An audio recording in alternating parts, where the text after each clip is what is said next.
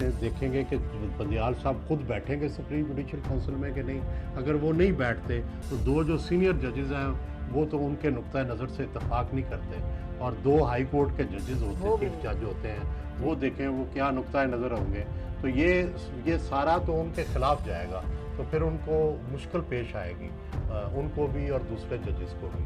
तो ज़ाहिर है इसका मतलब तो ये है कि हुकूमत इस रास्ते पर चलने का फ़ैसला कर चुकी है, जिसमें बंदियाल साहब से मुआज़र आई और अल्टीमेटली उनको सुप्रीम जुडिशल काउंसिल के ज़रिए शिकस्त देना कि वो अनडू हो गया। अब अगर अनडू नहीं होता वो फ़ैसला, तो फिर आर्टिकल 190 के तहत तो उसको तस्लीम करना पड़ेगा। और हुकूमत ने तो कह दिया बड़ी क्लियरली कि हम नहीं तस्लीम करेंगे। तो आप थोड़ा ये बयान कीजिएगा कि आपका ख्याल है कि जब हुकूमत ने तो कह दिया नहीं करेंगे, इत्तेहादियों ने भी कह दिया नहीं करेंगे, और शहबाज शरीफ साहब ने कहा जी आप इसको ज़रा रिव्यू फरमाएं और फिर हम आपकी बात मानेंगे।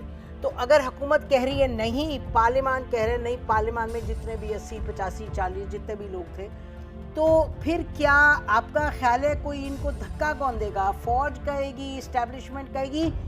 ये प्रैक्टिकली ये किस तरीके से होगा? ये देखें, फौज की मदद के बगैर तो ये जुर्रत नहीं कर सकते कि सुप्रीम कोर्ट की जो फैसला है उसको इस तरह से टाल दें या इस तरह से मुस्तरद कर दें जिस तरह से मुस्तरद किया गया है। और ज़ाहिर है ये कॉन्स्टिट्यूशनल अरेंजमेंट के ख़िलाफ़ है। ठीक है, जस्टिस बंदियाल का फैसला भी गलत था और गैर जानिबदाराना था, लेकिन इनका जो इकदाम है इससे तो जो कॉन्स्टिट्यूशनल अरेंजमेंट है वो उससे हम डाइग्रेस हो रहे हैं, उससे हट रहे हैं। और जितनी देर तक ज़ाहिर है या तो फिर ये सुप्रीम कोर्ट के ज़रिए अनडू करते, तो सुप्रीम कोर्ट के ज़रिए तो अनडू हो नहीं सका, कोई बड़ा जो है बेंच तश्कील दिया जाता, जजेस बगावत कर देते, जजेस को फैसला दे देते इसके बारे में, तो वो तो फैसला आया नहीं।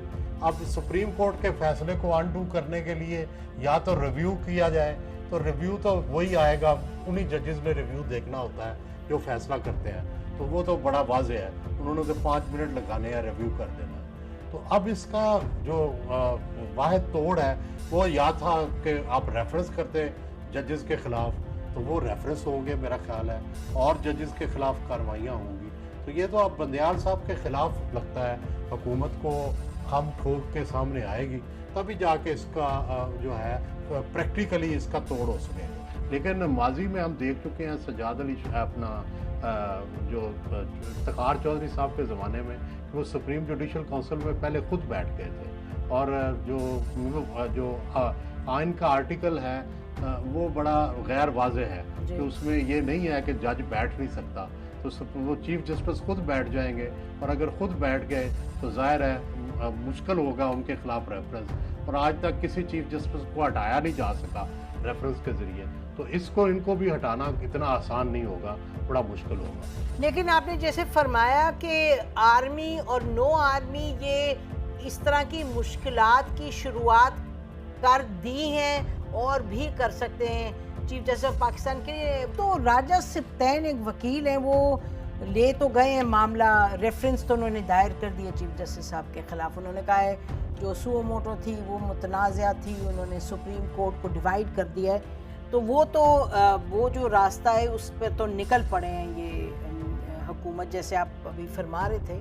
अब थोड़ा सा अगर हम इस पर आएँ कि फ़ौज का इसमें कोई ऐसा सच हमें दिखाई नहीं देता। देखिए ना, आप भी जानते हैं पाकिस्तान की सियासत और पावर प्ले को बहुत अच्छी तरीके से।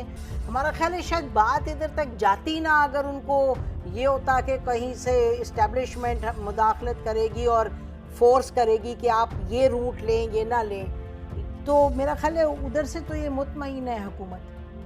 जी, मेरा ख्याल है कि अगर उनकी तरफ से कोई रुकावट होती या मुश्किल पेश आती या मुखालफत करते तो ज़ाहिर है हुकूमत रुक जाती, फिर हुकूमत की ये ज़रूरत ना होती। तो हुकूमत को ज़ाहिर है सपोर्ट हासिल है या उनकी सोच को उसके साथ सपोर्ट हासिल है। और आज NSC की मीटिंग भी थी, उसका देखें क्या एलामिया आता है और उसमें क्या कोई इस चीज़ की इंडिकेशन दी जाती है या नहीं दी जाती। तो ये वाज़ेह बात है कि अगर इस्टेब्लिशमेंट जिसके साथ खड़ी होगी वही जीतेगा और वही आगे जो है वो दवाम पाएगा।